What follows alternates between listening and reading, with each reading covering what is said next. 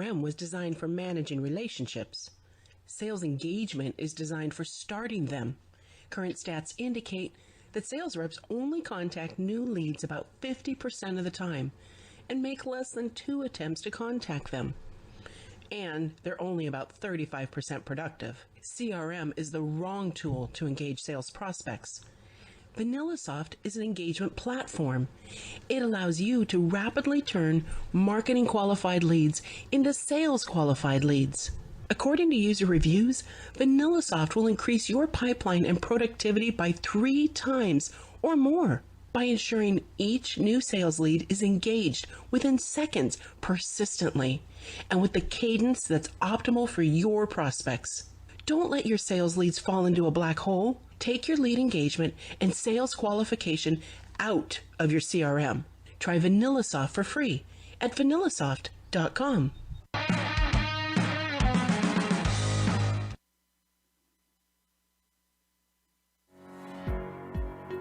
Welcome to the Zandbergen Report, where wealth strategies and investment wisdom collide, featuring your distinguished host and certified financial planner, Bart Zandbergen. Welcome to our show of dream chasers and wealth makers and another episode of the Zandbergen Report. Glad to be back in virtual studio today, again with a repeat guest, Mr. Lee Goldberg, super attorney. Lee, welcome to the show. No, is Lee there? Looks like he was in there. I see Lee. I see him. We just don't hear him in there. Hello, Lee. He's trying. Lee has entered the waiting room. Let's see if we can get him back in here. You with us, Lee? All right. I don't see Lee. I see him in there, but I don't see him talking. He's joining. Well, while he's trying to join there, let's explain your strange robot voice here. You sound like you're coming from Venus or something here. Is it really that bad? It sounds like one of those old radios from a long time ago. Hi, come in, Houston. Well, that's what it sounds like. So it was a rookie move. I decided to take my virtual studio from office to home office, brought my great Yeti microphone. Yeah. 15 minutes ago, got ready to set up and get ready for the show and realized I left a connection cord at my other computer. But for a nail, the whole house falls down here, just for want of a nail. I thought doing the phone would be better than my Zoom camera microphone. Maybe I'm wrong, but at this point, well, it has a kind of retro feel to it here, and we're all kind of in the bunker. It sounds like you're in a remote bunker somewhere here. I don't know what right. Leach still shows he's joining, and I don't know what to tell him. See, look at Lee. I love Lee. He's trying another avenue. I see his name pop up again. He is. He's persistent. Different. Are you with us, Lee? No. It says he's there. Lee the junkyard dog. He'll do whatever it takes. He is the junkyard dog. Oh my God, he's an attorney he's the kind of attorney that. Maybe this would insult him. I don't want to put it this way, but there used to be on the old the show Taxi with Danny DeVito had a friend or brother, and he said, "I'll eat a bug if I can't get you off." I mean, he'll do anything. Yeah. Well, I don't know if he's going to do anything to get on the call here. You can text him and just have him call a number. I can give you a number he can call in at. So, why don't you give me the number? Is it okay if it goes on the air? Yeah, sure. What the heck? We're in our new studio here, so I got to give you a brand new number here. But it's 949-824-1580. That's our direct studio line here in our new studio. So this is going to be a different show. Hey, Lee? Hey, man. I'm trying to get on the Zoom thing. It's not letting me in. So, Paul, does it sound as bad as me? Should I just have him call in, or should I just hold it up to my microphone like this? Have him call in. We'll have him call in the number. Right. We'll answer. So we're having an unusual show today, Lee. We got off to an unusual start. But anyway, call this number, Lee. 949. Okay. 824. 1580. 1580. I'm sorry, 1580. 1580. Okay, yeah. I will call in right now. Okay, so hang up with Lee and we'll chat while he's going here. Tell us what you want to talk about today. Give us a brief overview of why you're bringing Lee back again. Yeah, well, Lee's got so much to talk about. I don't know if we'll get through. We had 3 subjects. I narrowed it down to 2, but hopefully we get through both. One is new legislation in January of 2020 called AB5, and it has to do with 1099 contract workers versus W-2. And some people are saying that's like Armageddon. This is like the end of the world for contract workers. Yeah, I've heard the same, and especially it seems to impact the most like the Uber and Lyft drivers, which kind of interesting that it's that they would be under that sort of jurisdiction. But anyway, so Lee will fill us in much more on that. And then the other subject, if we can get through that, is on business exit strategies. So Lee has done a lot of work with those who are getting ready to sell their company at some point, and we're in really unprecedented times, so he has some really great points for that. Well, let's see if he can share them with us. Are you with us, Lee? I do hear you. It's hard for me to hear Bart, but I'll turn this up and see what I can do. All right, let's do this. Lee, welcome. Thank you, Bart. Good to have you back, my friend. Oh, believe me, with all this craziness and mishigas going on out here, it's nice to actually have a sense of normalcy and be back with you. I love it. So I've already kind of done the prep work. You have such a wealth of knowledge, and I refer to you lovingly as the junkyard dog, because you can do everything, you do it great.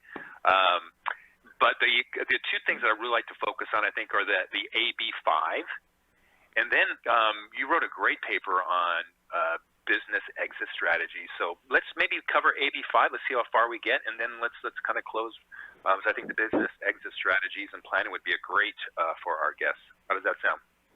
That sounds great to me, Bart. However you'd like to do it, I'm happy to walk through whatever you'd like to talk about. So with regards to AB5, I know that came into effect January 1st of this year, and it did get a lot of publicity, especially from the Uber and Lyft drivers. And then, of course, COVID came along, and I've heard less of it, although it's still a very important new legislature. I know there's that ABC test or the three-prong test. Why don't you give us kind of a background rundown, and then maybe your opinion of it? Sure, absolutely. Listen, actually the codification of the new law came into effect January 1 of this year. However, in April of 2018 is when the Dynamix decision came down. That was a unanimous California Supreme Court decision which created a seismic shift in the way businesses classify their employees versus their 1099 contractors. And it basically, like you mentioned, created what we are lovingly or hatingly calling the ABC test. And the ABC test is basically a three-prong test, like any other three-prong test in the law, where you have to satisfy all three prongs of that test before the person that you hire can be considered an outside contractor or a 1099 contractor. Otherwise, by default, they are an employee. And the bad thing about that, of course, is once they're an employee, you are subject to all of the California labor laws, which are quite onerous in a lot of ways. I mean, not just the wage and hour laws, not just the OSHA laws, not just the other employee-based Labor Protection Act laws and stuff. It's also going to cost you more money, if you will, to have a employee, because you're going to be paying labor taxes also, which you don't pay with a contractor. So what's the big deal here, Bart? Well, the big deal here is it's killing companies that have structured their business structures to use independent contractors instead of employees. You pointed to Uber and Lyft. Yes, it hugely affects the gig economy. I will tell you this. Everybody was up in arms about it at the beginning of the year. I was restructuring lots of companies. I was preparing new 1099 agreements for everybody. And you are absolutely right. COVID hit and everybody forgot about it. Well, almost everybody forgot about it. Not the government? Not the government, not the state of California. I will tell you, at the height of COVID, in about March or so, maybe April, at the height of COVID, when businesses are being closed down, in the middle, and literally in the middle of Governor Gavin Newsom's shelter-in-place orders, meaning everybody was closed down except for the essential industries. The courts were closed, Bart, yet the state of California and the city attorneys for Los Angeles, San Francisco, and San Diego all decided to join in when courts were closed and file their action against Uber and Lyft to force them to reclassify their employees. Okay? If that's not enough evidence for you that the state of California is pushing forward and really couldn't care less what the economic problems you're facing, they just brought their first enforcement action last month or the month before against a mobile car wash company located up in, the North County, Orange County. Well, and it's a company of 100 employees. It's not like the thousands of employees that they're trying to make a point with Lyft. This is a 100-employee company, and they went after them. This is just foreboding of things to come. And I am of the position, get your house in order. You got to. So something that I've noticed just in, I was going to say in life, but at least in our country, it seems that there is a pendulum, right? And it'll swing from one extreme to another extreme. Here's an example. During the financial crisis, prior to financial crisis, you could print money, right? After the financial crisis, didn't matter what you earned, didn't matter what your net worth was, you could not get money. So that's an example of the pendulum swinging. It feels to me, I'm just stating an opinion here, but it feels to me that maybe this is starting to swing on the really extreme side. I don't know if you're allowed to have an opinion as an attorney on this, but I mean, it is. Let me rephrase that. If you're allowed to voice your opinion as an attorney, but it seems to me that there are some obvious things. I look at someone like the Uber drivers, like, hey, they don't have to show up at a job that has a phone that tells that they have to answer. They could work for Uber and Lyft, and they could be doing other things. That to me kind of feels like independent contractor. What's going on?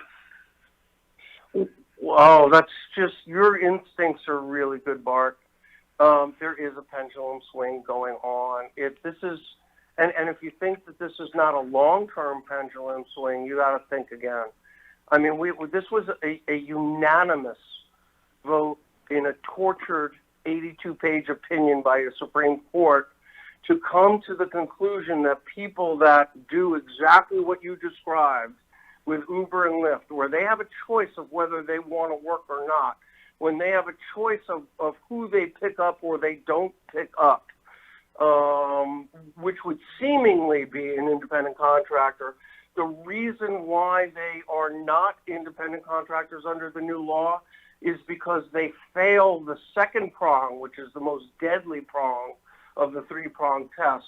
And the second prong of the test is that your alleged or proposed independent contractor does not deliver your company's service to the consumer or the buyer. To give you an example, Uber and Lyft are saying, hey, look, we're not a ride company. We don't provide rides. All we do is provide a digital platform for people who want rides to hook up with people who give rides. So that sounds really nice, right? It sounds reasonable. Like it's an independent contractor. It's all how you define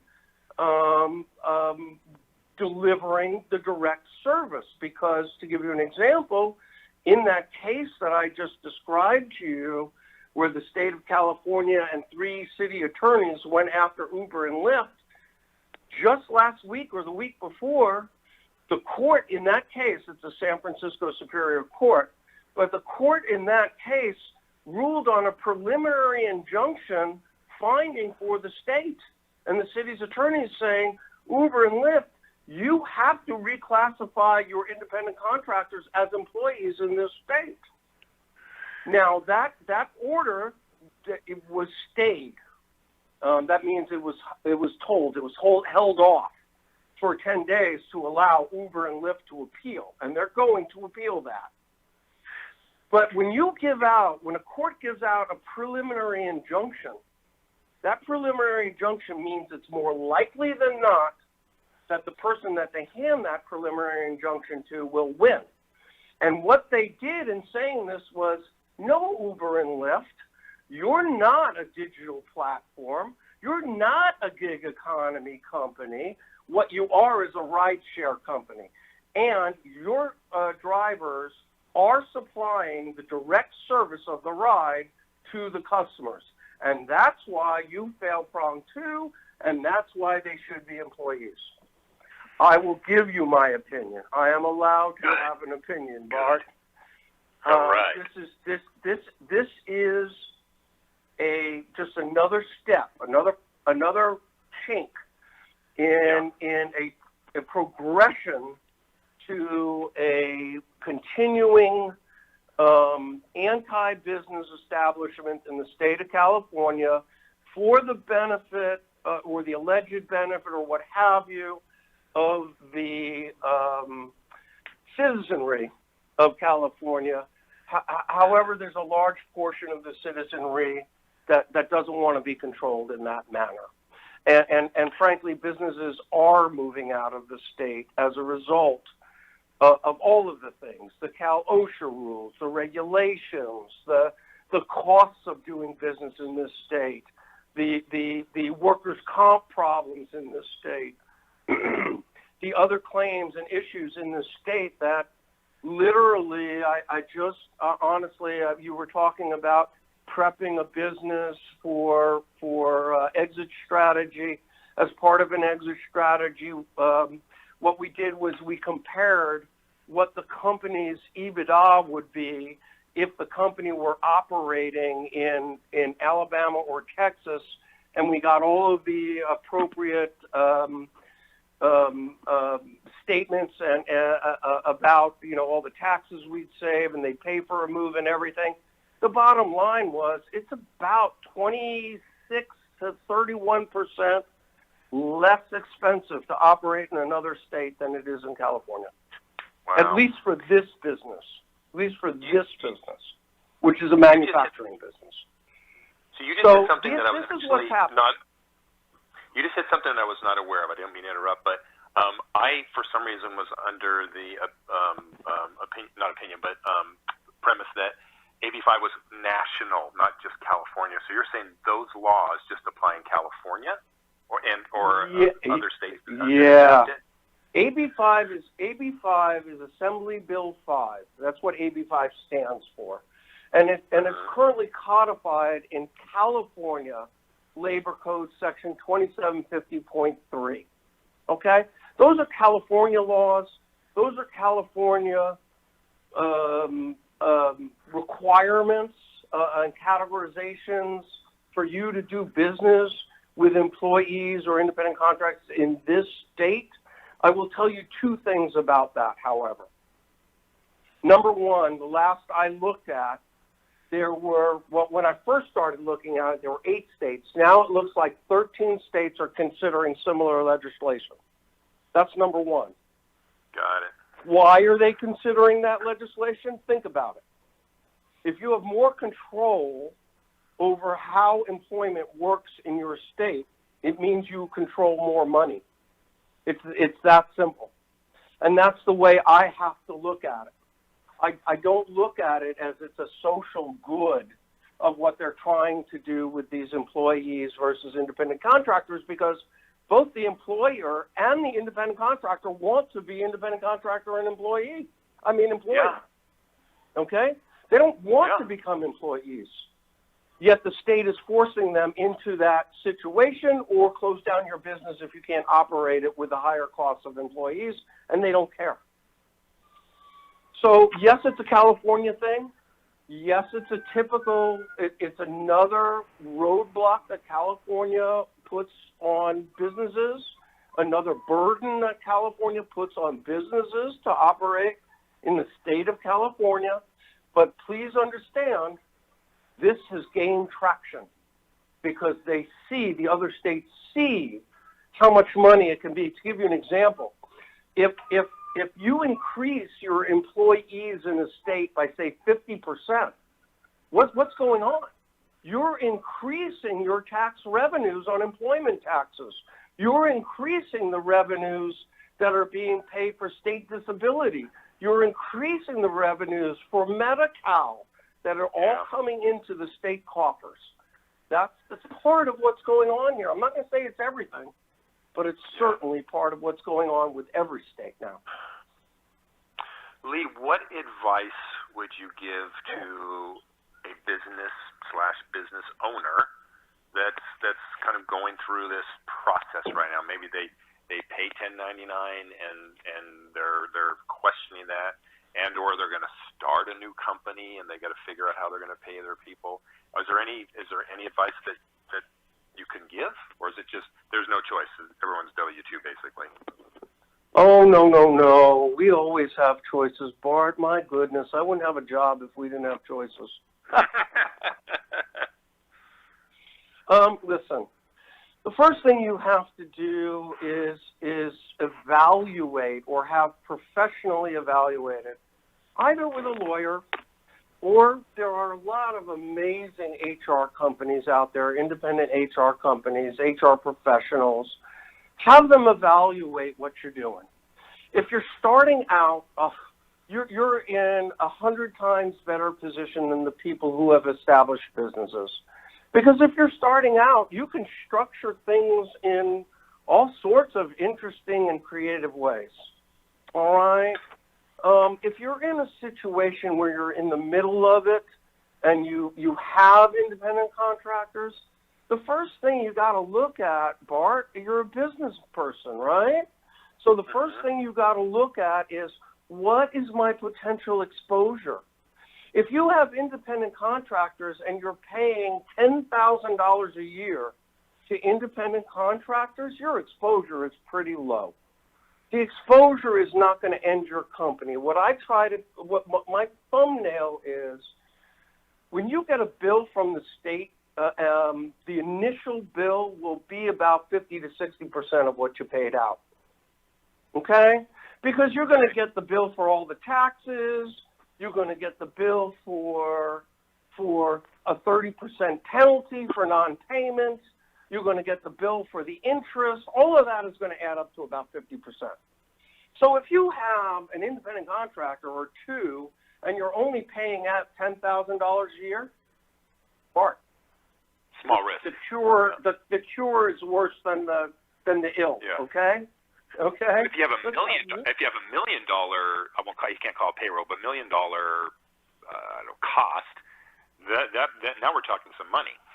Now we're talking real dollars. And by the way, they can look back 4 years. So understand that if you paid $1 million a year over 4 years, you may be facing a $2 million bill. Now that could put an end to your company. All right. There's lots of things we can do with that. There's lots of ways to negotiate that. There's lots of ways to address that. But the bottom line is it's going to cost you to do all of that, okay, and to deal with all of that. So what do you want to do? If you've made an evaluation that you have a significant exposure, that exposure can be addressed in any number of ways, either by restructuring the company or finding one of the myriad of exceptions in AB 5 that we can fashion that your independent contractors can fit into.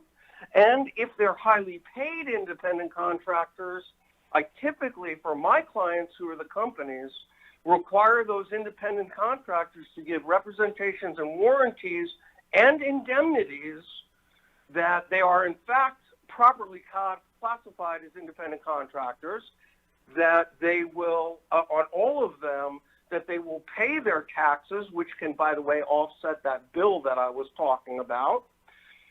And the last thing, if they really are a highly paid independent contractor, I mean, they're making $100,000, $200,000, $300,000 a year as an independent contractor from you, I will also require insurance for that indemnity, meaning that independent contractor can disappear to Bora Bora after he's made his or she's made their $300,000 a year from you for the last 4 years, got $1.2 million in their pocket, and they took off to a beautiful sunny island where you're never going to find them again.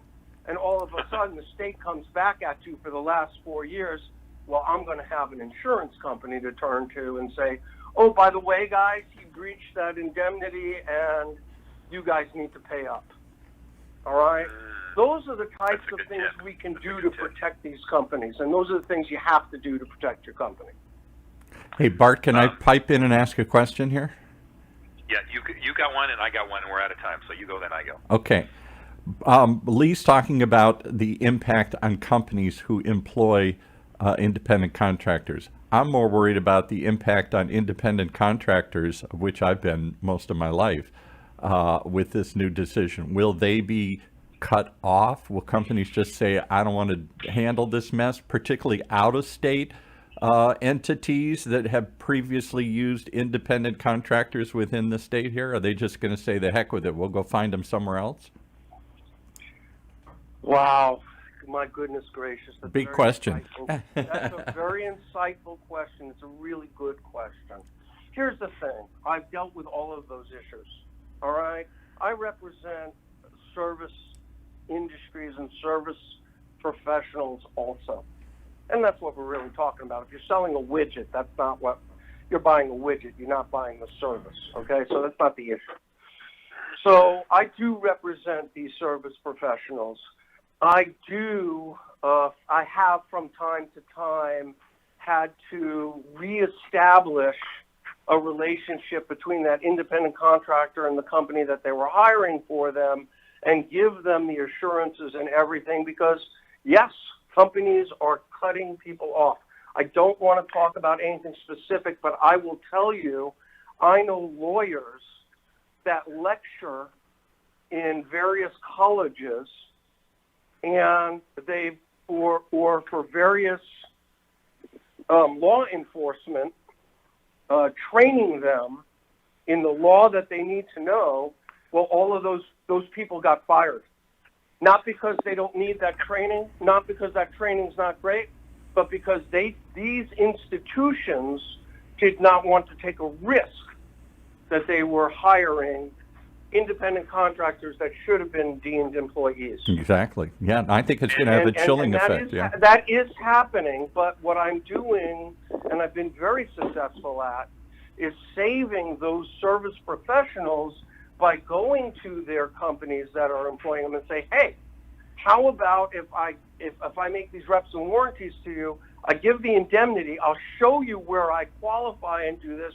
I'll even prepare, meaning the professional, spend the money to prepare the engagement agreement that shows all of these things, and you'll be covered. Wow. I've had limited success in that, but I've had success with that.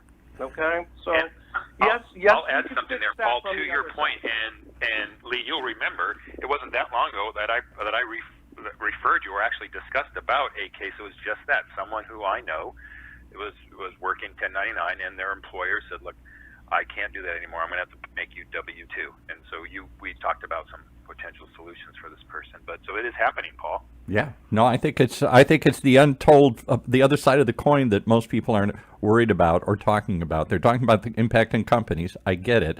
But the independent contractor market is huge, particularly in states like California, you know. I know we're basically out of time, but I'm going to throw in one more. Is that okay, Yeah, Paul? yeah, please, go ahead. Just bill me. Bill me later. We don't get people like we don't get the great Lee Goldberg in here that often, so we got to pick his brain here. Right. So Lee, I'm going to play the other side. So what I have heard is of situations where someone is working 1099. They were either let go or they left, or whatever the case is. And whether they did it on purpose or it was inadvertently, they went to try to collect unemployment. And you know what happens next, right? So then the state looks at that and says, wait a minute, you were paid 1099. Let me find out about what you were doing, what your services were. And then they go back to the employer, and the employer gets dinged and penalized and has to pay and all this other stuff. What can you say about that? Oh, look, you just look. Everybody says and jokes around saying, "Hey, look, the way I structure this is my first offer to the government." Okay, and if they catch me, they catch me. I've heard this. I can't tell you how many times I've heard that. But they think that the only way that they catch you is if they do an audit, if the EDD or FTB do an audit. Well, I'd like you to wake up, because the scenario that you just described is one of 5 or 6 scenarios that will happen. Absolutely, that's one of them. That's one of the major ones, and most of the time it's done inadvertently. And I'll tell you this right now, it has happened a lot, and here's why. Because now with COVID, there was a whole thing that if you were an independent contractor, you might be still able to get unemployment. Well, the minute you file for that, they're going to look at it and go, right, were you an independent contractor or were you an employee? And then they will come after the company if they feel like there's a reason to do so. The other way that this happens, what happens when your independent contractor falls down, not on your premises, somewhere else, and then files for workers' comp? There is no workers' comp unless you're an employee. Well, somebody's going to want to determine them to be an employee, because then the state administers it. And now, all of a sudden, the labor commissioner then comes after you, the enforcement division comes after you because somebody made a workers' comp claim. What about a wage and hour claim? What about somebody that goes to the labor department, feels like you've cheated them in some manner? It doesn't matter that your contract says that they're getting $125 an hour. They put in 8.2 hours and you paid them for 8.2 hours. If they think for some reason something unfair happened, you come into some dispute, they file a wage and hour claim with the labor department, and the labor department is going to come in and take a look and go, well, we don't find that you paid them improperly with respect to that, but this guy was supposed to be an employee. So we're going to assess you all of that back taxes and penalties and all of that too. Every time Lee's on the show, my head starts hurting. Yeah. My pocketbook starts hurting. Yeah, right. Yeah, well, these are the things we can protect against, guys. Yeah. If you asked me for the list of horribles, I can, boy, oh boy, I could paint a picture that scare any business out of the state of California. But not the businesses that look at it and say, okay, let's address what we can address and take care of it and take advantage of the amazing markets that we have in California. That's really the choice that we're doing right now. So, Lee, as we are out of time, let everyone know how they can reach you so that they can stay out of trouble and in good standing. So, why don't you give them your contact info?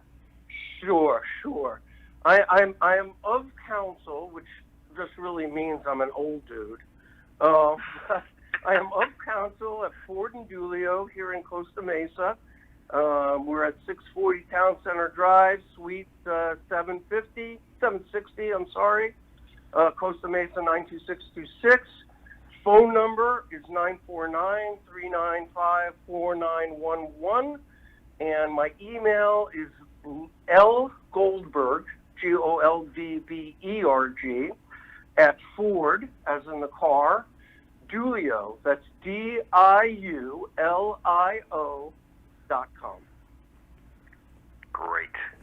And I got some good news, bad news. So start with the bad news first. Okay. The bad news is we didn't get to the second subject about exit strategies, and I knew we wouldn't. That was like unreasonable thinking.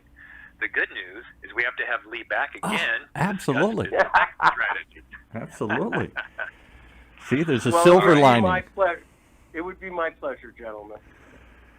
Well, Lee, it was great having you on the show. I'm sorry to the audience for the kind of the rough start, but I think we made it through. I'll have a better microphone next time as well. Thank you, everyone. Look forward to being back in the studio next week. Cheers. Cheers. Thank you, guys. You have a great week.